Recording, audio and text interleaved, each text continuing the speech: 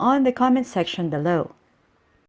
Today, we will study the Tagalog particles din and rin, which by the way are requested by our subscribers.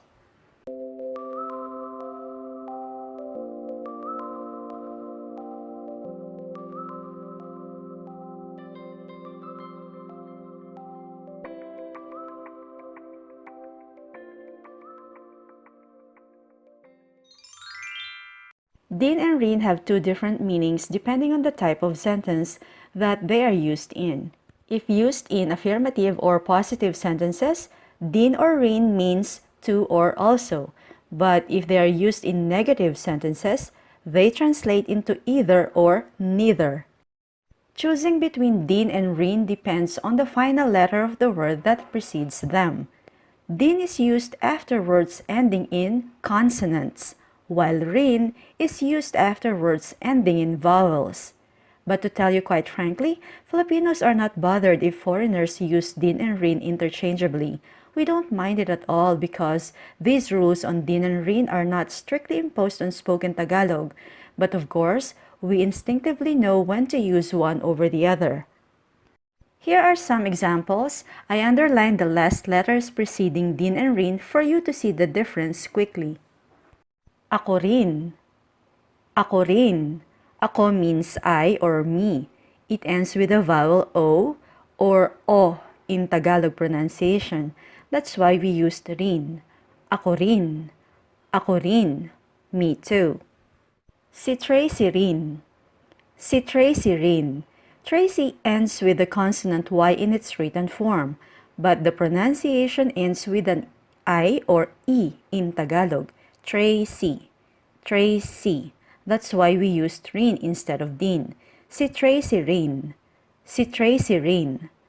Tracy also. Did you get it? Sina Estelina't chip din. Sina Estelina't chip din.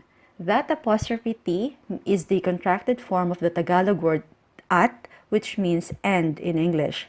So, sina Estelina't chip din means Estelina and chip too. Chip ends with a P, so we used din. Sina Estelina't chip din. Kakain din. Kakain din. Kakain means will eat. It ends with a consonant N, so we used din. Kakain din. Will also eat. Pupunta rin. Pupunta rin. Pupunta is will go. It ends with a vowel A, so we used rin. Pupunta rin. Will also go. Dilaw din. Dilaw din. Dilaw is yellow. It ends with a W, so we used din. Dilaw din. Yellow also. May sakit din. May sakit din. May sakit means ill or sick. It ends with a T, so we used din. May sakit din. Sick also. Please remember that din and rin are never used to start a phrase or a sentence. Let's now use din and rin in a sentence. Tsuper ng taxi ang tatay ni Domeng. Tsuper ng taxi ang tatay ni Domeng. Tsuper means driver and tatay is father. So, tsuper ng taxi ang tatay ni Domeng means Domeng's father is a taxi driver. Tsuper din ang kuya ni Apple pero jeep naman ang minamaneho niya. Tsuper din ang kuya ni Apple pero jeep naman ang minamaneho niya. Since tsuper ends with a consonant, we used din. So, tsuper din means also a driver. Kuya means elder brother, pero is but, naman is on the other hand. Minamaneho is the vehicle that is being driven. And niya means he. Tsuper din ang kuya ni Apple, pero jeep naman ang minamaneho niya. Meaning, Apple's elder brother is also a driver, but he's driving a jeepney. Kulay pula ang mga medyas ko. Kulay pula ang mga medyas ko. Kulay means color and pula is red. So, kulay pula means color red. Mga medyas, it means socks. Ko is my. Kulay pula ang mga medyas ko. My socks are red. Kulay pula rin ang kay RJ. Kulay pula rin ang kay RJ. Meaning, RJ's are also red. Next example, may ubot sipon na ako at mukhang lalagnatin din yata ako. May ubot sipon na ako at mukhang lalagnatin din yata ako. My means have, ubot sipon is a cough and cold, na is already, ako means I, at is and, mukhang means seem, lalagnatin is coming down with a fever. Yata also means mukhang, so it's up to you if you want to use it or not. It means it seems or it looks like. May ubot sipon na ako at mukhang lalagnatin din yata ako. I already have a cough and cold and it seems like I'm also coming down with a fever. Wag naman sana. Wag naman sana. It means I hope not. Kasi baka magkasakit din ang mga kapatid ko. Kasi baka magkasakit din ang mga kapatid ko. Kasi is because, baka is may or might, magkasakit din is to be sick also, mga kapatid is siblings. Wag naman sana kasi baka magkasakit din ang mga kapatid ko.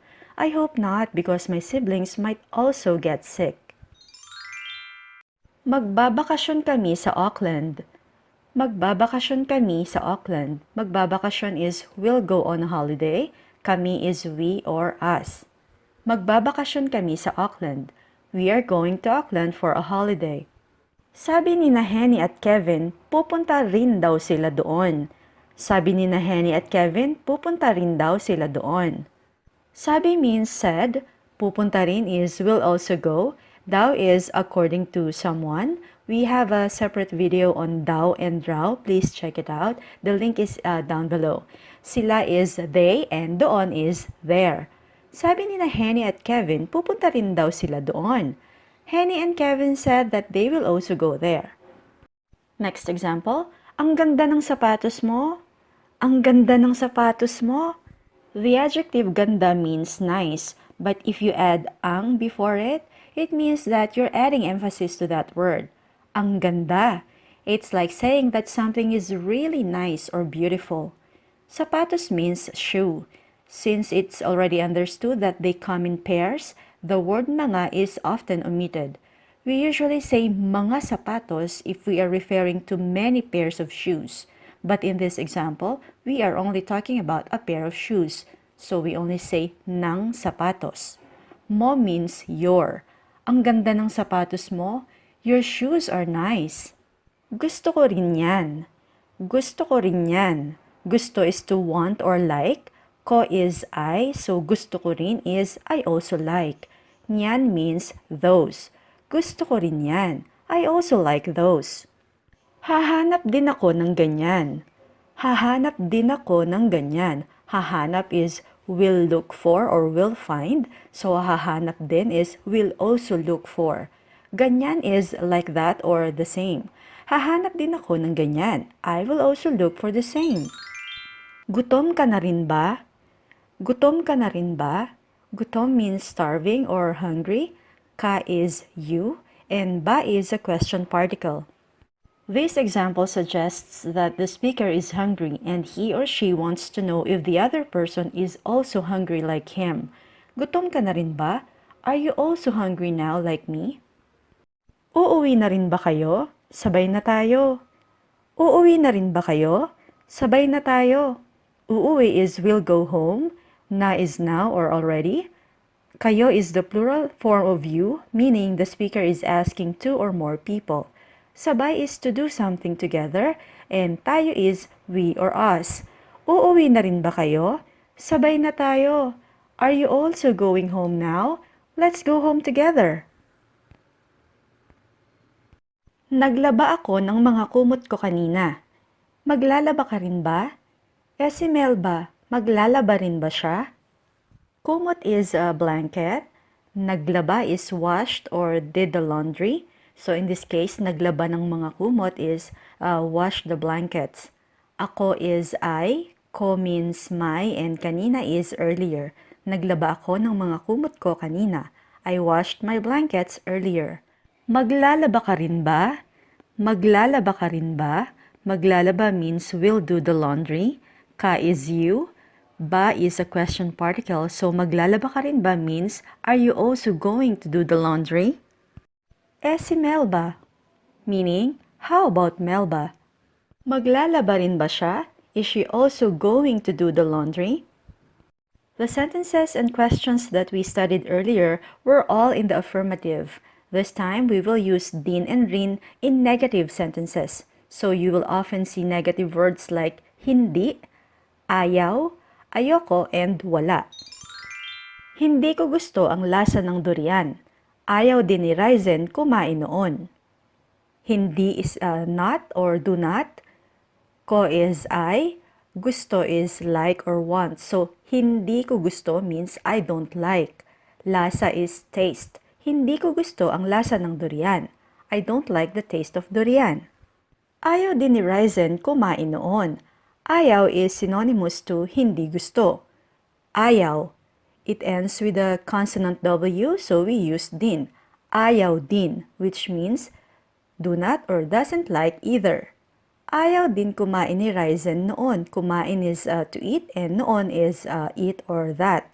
Ryzen doesn't like to eat it either. Ian says, wala akong ganang kumain. Wala akong ganang kumain. Wala means do not or doesn't have. Gana is appetite. Wala akong ganang kumain. I don't have the appetite to eat. And Jess agrees, ako rin. Ako rin, meaning neither do I, because he is agreeing to a negative sentence. Ayoko ring kumain. Ayoko ring kumain. I don't feel like eating either. Luke says, hindi ako ang nagtapon ng tsinelas ni Rogelio. Hindi ako ang nagtapon ng tsinelas ni Rogelio. Hindi ako means I was not or I was not the one. Nagtapon is throw away. Tsinelas is slippers. Hindi ako ang nagtapon ng tsinelas ni Rogelio. I wasn't the one who threw Rogelio's slippers away. James says, hindi rin ako. Hindi rin ako. I didn't do it either. Sino kaya? Sino kaya? Well, who was it then? Hindi ahas ang kumain sa itlog. Hindi ahas ang kumain sa itlog. Hindi is not. Ahas means a snake and itlog is egg. Hindi ahas ang kumain sa itlog. It was not the snake that ate the egg. Hindi rin ang bayawak kundi daga. Hindi rin ang bayawak kundi daga. Hindi ends with an I, so we use rin. Hindi rin is like not either. Bayawak means monitor lizard. Kundi is a bat. Daga is rat.